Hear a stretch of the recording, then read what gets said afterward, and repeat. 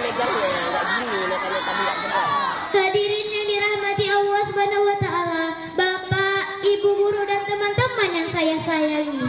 Pertama-tama, marilah kita panjatkan puji syukur kehadirat Allah Subhanahu wa taala yang telah memberi banyak nikmat hingga berkumpul di sini.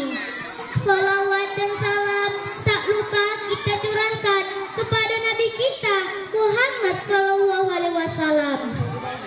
Dalam kesempatan ini, izinkan saya menyampaikan pidato yang berjudul Peristiwa Isra Mi'raj.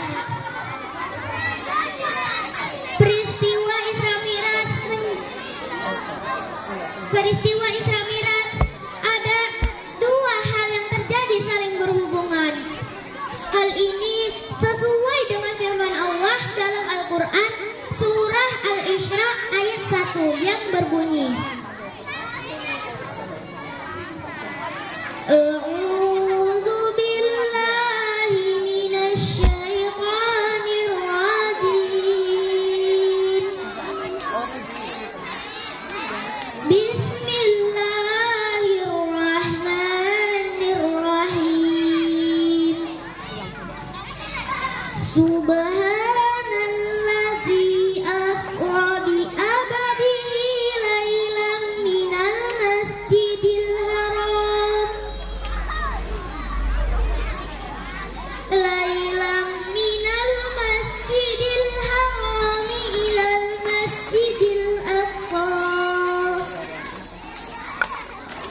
ilal masjidil aqsa alladzi barakna haulahu linuriyahu min ayatina innahu huwas samiul basir. Shadaqallahul azim. Artinya, Maha Suci Allah yang telah memperjalankan hambanya Nabi Muhammad pada malam hari dari Masjidil Haram ke Masjidil Aqsa yang telah kami berkahi sekelilingnya.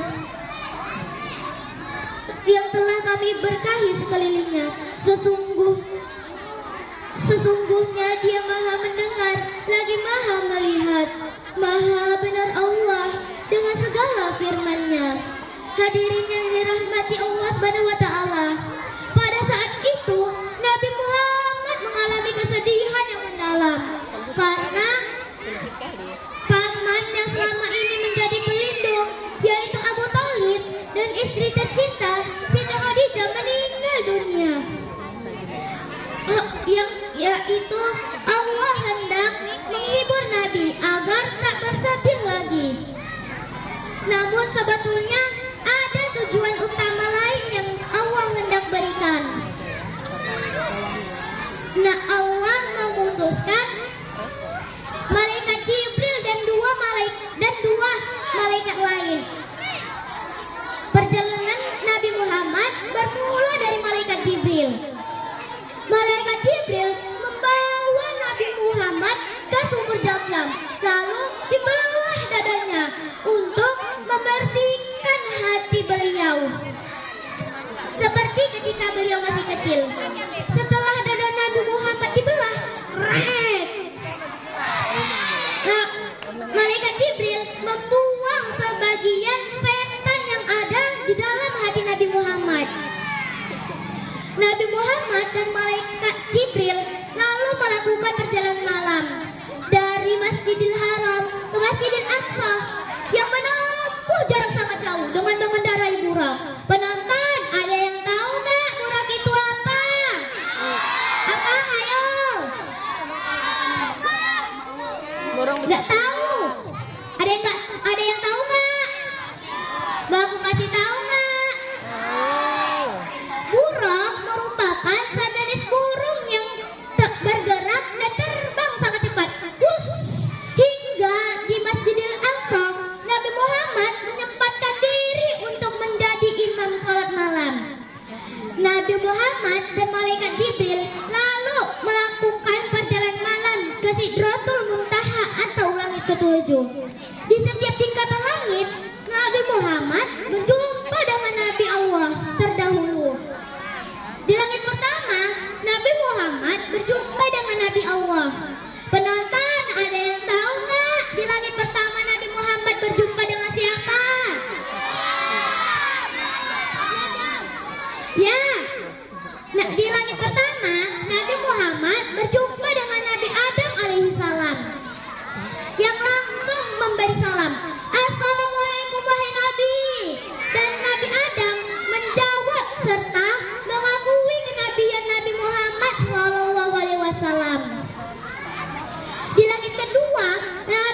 Muhammad berjumpa dengan Nabi Isa dan Nabi Yahya alaihissalam.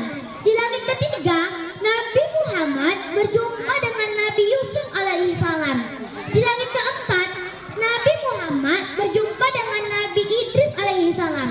Di langit kelima, Nabi Muhammad berjumpa dengan Nabi Harun alaihissalam. Saat di langit keenam, Nabi Muhammad berjumpa dengan Nabi Ibrahim dan Nabi Musa alaihissalam. Saat di langit ketujuh, Nabi Muhammad berjumpa dengan saat di langit ketujuh, malaikat Jibril tidak lagi menemani Nabi Muhammad karena beliau tidak dapat izin dari Allah. Nabi Muhammad pun melakukan perjalanan ke Sidratul Muntaha untuk menghadap Allah. Saat itulah salat wajib diturunkan 50 kali dalam sehari semalam. Nabi Muhammad pun kembali. Saat melewati Nabi Musa, Nabi Muhammad disarankan untuk meminta keringanan waktu sholat. Nabi Muhammad balik menghadap Allah untuk meminta keringanan waktu sholat. Nabi Muhammad meminta permohonannya. Kira-kira begini permohonannya. Ya Allah, boleh nggak aku meminta keringanan waktu sholat supaya sholatnya nggak 50 kali? Nabi Muhammad sampai mondar-mandir. Dan Allah memutuskan hanya 5 kali dalam sehari semalam. Nabi Muhammad pun kembali. Saat melewati Nabi Musa, Nabi Muhammad diminta lagi untuk meminta keringanan waktu sholat. Tapi Nabi Muhammad menolak karena beliau merasa malu terhadap Allah dan rela menerima perintah tersebut.